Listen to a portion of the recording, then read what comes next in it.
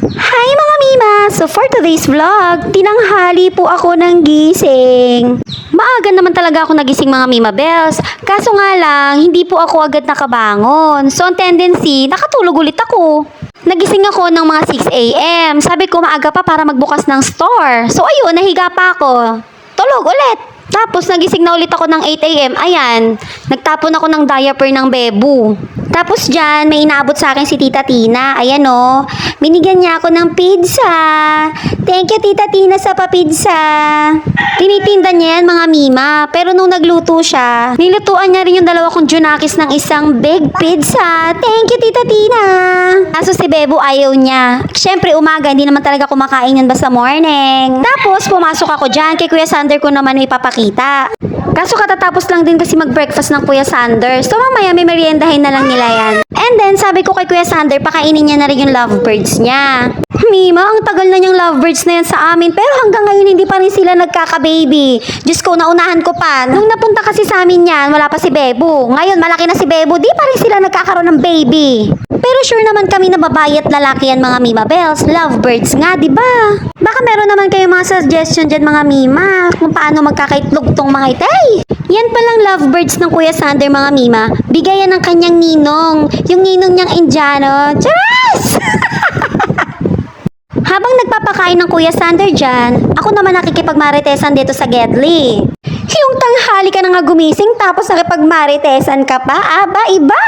Hindi mga Mima, syempre nagkakape lang ako dyan. Pagkatapos naman ng aking coffee, trabaho na ulit, ganun. Tsaka pinag-uusapan lang naman namin yung mga buhay ng ibang tao. Di ba mga Mima, hindi naman masama yun. Agree? Charis! Mima, alas 8 pa lang ng umaga niya pero grabe, bumalik na naman ang ating pawis check. Siyempre, Mima, papakita ko rin sa inyo kung sino yung kamaritesan ko. Ayan! Si Tita Tina! Siya yung nagbigay ng pizza sa aking mga Junakis. Thank you, Tita Tina! And then, yung magaling kong Kuya Sander, inutusan lang naman ako na kunin ko daw yung susi ng tricycle at sila ay mag-brum-brum ng Bebu. Iikot lang naman sila dyan mga Mima Bells ng 3 ikot lang dyan sa paligid. I mean sa palibot sa bahay namin, ganun. Pinagbibigyan ko na rin sila mga Mima kasi nakakatulong din naman yan para makapagtrabaho ako ng very light sa loob ng bahay. Tsaka nag-good mood din kasi talaga dyan si Bebu, kaya sige na nga lang, go na lang. Basta naman Mima, lagi ko sinasabi kay Kuya Sander na dahan-dahan lang. Tsaka totoong binibilang ko mga Mima yung ikot ng mga yan. Dumadaan kasi yan sa tindahan. Kaya pag 3 ikot na lumalabas na ako para pauwiin sila, ganun. Then sakto naman Mima, pagpasok ka sa loob ng bahay, may bibili. So ayan, pinagbentahan ko muna siya ng biskwit niya. Paborito niya yan mga Mima, yung batang yan. Sabi nga ni Ading kanina, bakit daw late na daw ako nagbukas ng tindahan ko? Hindi na daw sila nakabili ng kapituloy. Sorry! Di bali next time, kapag nagising ako ng maaga, magbubukas na nga lang ako ng tindahan, agad-agad. Tapos ko na rin palang linisan yung bote dyan ni Bebo mga Mima. Tapos lalagyan ko lang siya ng konting mainit na tubig and then later, i-drain ko na rin siya. Habang ginagawa ko yan mga Mima, meron dumating akong bisita.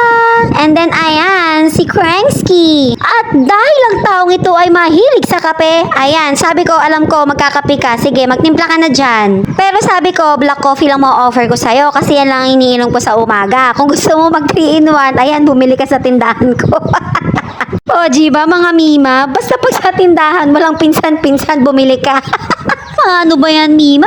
Di uupo ko na naman to at ako'y meron na naman kamaritesan. At para naman double purpose tong pag-upo ko na ite, nagbukas na din ako ng aking parcel kasi 4 days na yan mga Mima. Hindi ko siya pinapansin doon sa Gedli. Baby wipes lang naman kasi ng Bebo yan mga Mima. Meron pa naman siyang ginagamit kaya hindi ko siya ino-open. Pero dahil wala akong ginagawa nga ito, nakikipagmaritesan lang, binuksan ko na din. Nak ng shoot ang mga Mima, inaabot kami ng 2 oras sa kakamarites namin.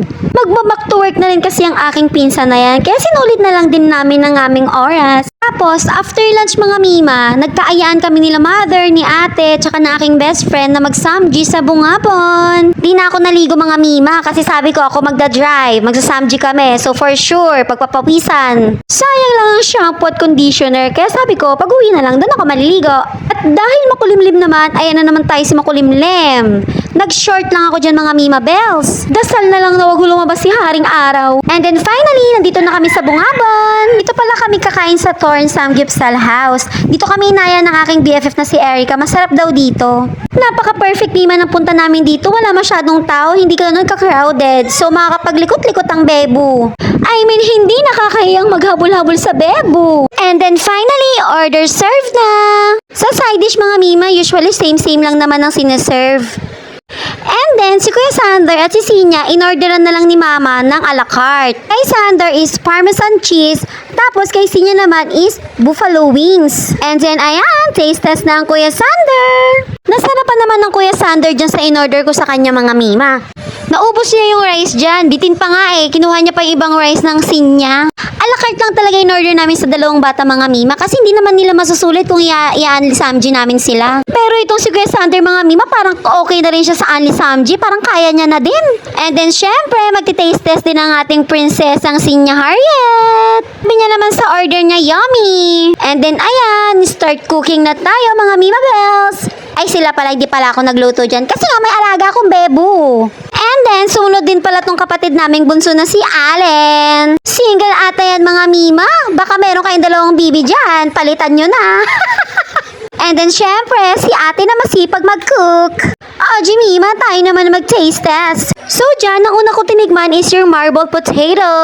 Mima, mahilig ako sa patatas pag nilalagay siya sa ulam. Pero yung marble potato, parang hindi ko siya masyadong bet. Pero si ate bet na bet niya. Siya nakaubos, ganun. Tapos, tinext ko lang din dyan yung coleslaw. Ayan, masarap din yan mga mima. Parang nakadalawang refill ako niyan. Okay siya kung halimbawa nauumay ka na sa karne.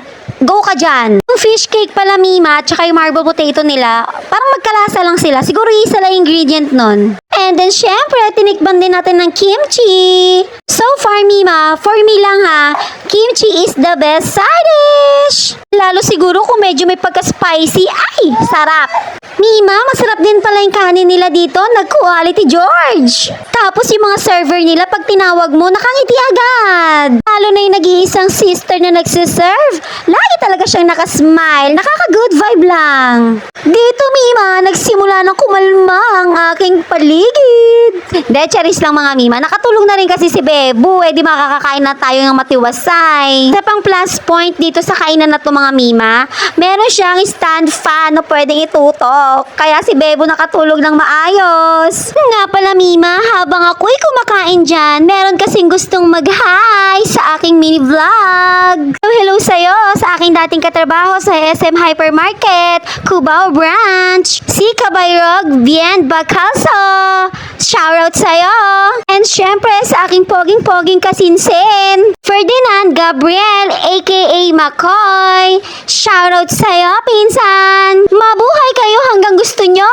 So yun lang. Thank you for watching. Bye-bye!